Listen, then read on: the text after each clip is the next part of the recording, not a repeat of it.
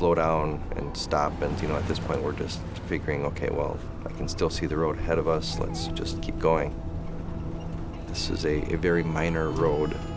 We shouldn't have been on the road in the first place, but the sign that declared the road closed was buried in snow. The road was covered with just unbroken snow, and we were making the tracks now. Where the hell are we? This map makes no sense. This is weird. It's totally deserted. Wait, you know what? I think we took a wrong turn back there. Jim! Jim, stop! Jim, we're in about 2 feet of snow! Jim, stop! You're making it worse! Jim, stop! Jim, stop! Stop!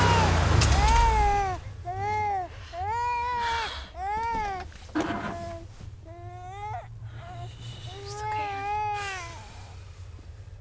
Right there was when fear hit me, like, oh, God, wow, that's a lot of snow. That's pretty deep.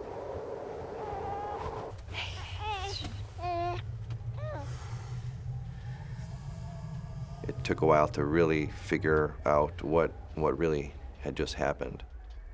I can't believe this. What is this stupid road anyway? We were a little concerned, but people get stuck in the snow all the time, and it's not that much of an issue because there are other people around to help. Oh, we are going nowhere tonight. So we decided to just wait it out and hope for somebody to come along and help us. Look, honey, we still got plenty of time to get to Idaho. If we don't freeze to death first.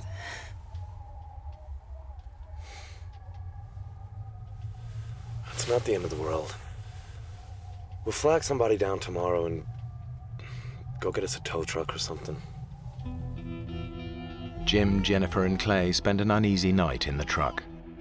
They have no idea they've driven off the Nevada back roads into the middle of a 5,000-acre wilderness.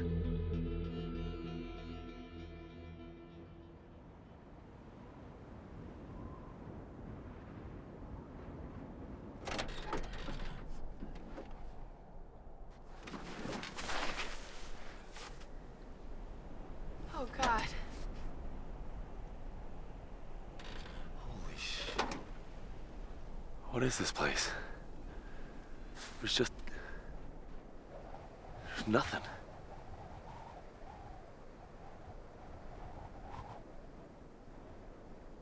What have we done? When we saw how desolate the area was, it occurred to us that that road probably wasn't very well used. And I guess there's a little bit of anger at first. Gravel! Because it looked main enough to us at the time. This isn't even a paved road. How could we be so stupid? We didn't know really where we were. Look. But the last town we had passed through was well over 50 miles. The only place we can be is here. We must have left the 299 right about here. Let me look.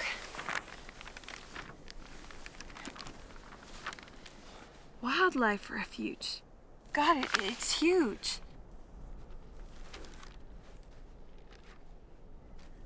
How are we gonna get out of here? We'll never get those too tight, crappy chains back on without tools. To make us feel like we were doing something to help the situation, we decided to try to dig the truck out. So pretty much all day long, that's what we did. The wind was blowing.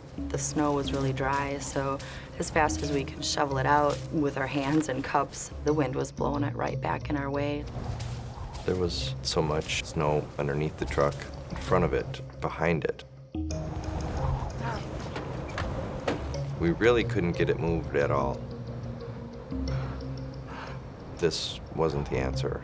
This isn't how we're gonna get out of this. but we were still kind of hopeful that somebody would notice this truck in this location or drive by, or if a plane flew overhead or something. We decided to stay with the truck. We spent time getting cozy, using clothing and towels and whatever we could find to plug up any areas where cool air was getting in. Every now and then we would turn the truck on and get the heat going and listen on the radio for any news of a search for us, but we never heard anything. F for fries. Fries. Oh. No. Just decided to kill the time by playing hangman and 20 questions. M. No. Oh, man. The food issue was always right there. C for chocolate. Oh, God, chocolate. Hunger wasn't quite as bad as being as thirsty as we were. Okay. Surviving on very dry snow. D. A D. No. You are dead. Man.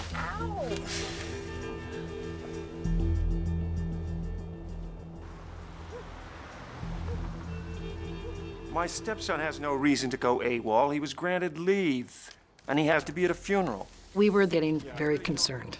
We then started calling the highway patrols, and they said it's a New Year's weekend, and they had more important things that they were concerned about at that time with the road conditions the way they were than looking for a possible missing person.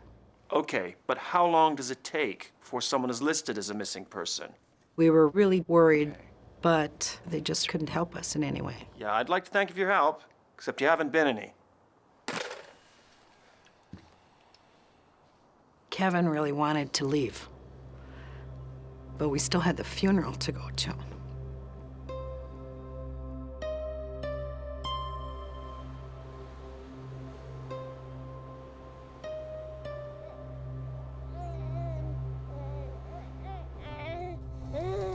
Clayton was breastfeeding still, and we were just introducing solids into his diet. The little bits of baby food that we had left, we tried to ration to him in conjunction with breastfeeding as best we could. You want some fruitcake?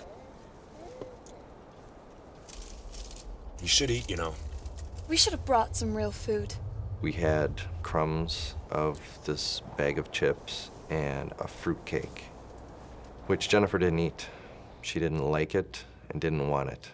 So I ate that, and that was all we had as far as food goes.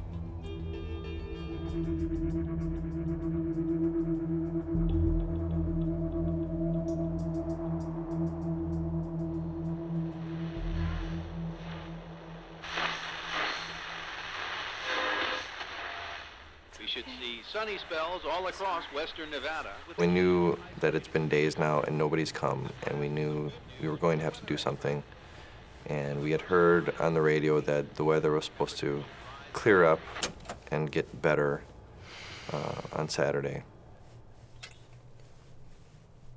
Listen, I've been thinking. Nobody's coming, are they?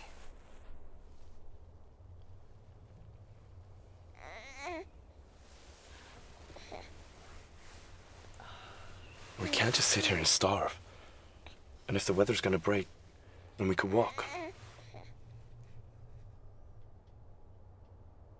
We could make it to the highway.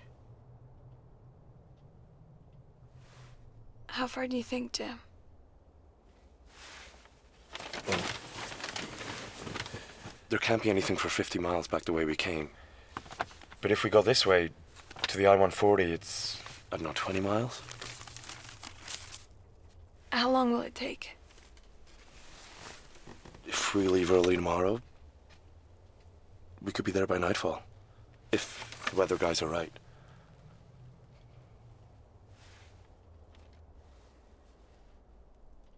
Okay. At least we'll be together, right? That's all that matters.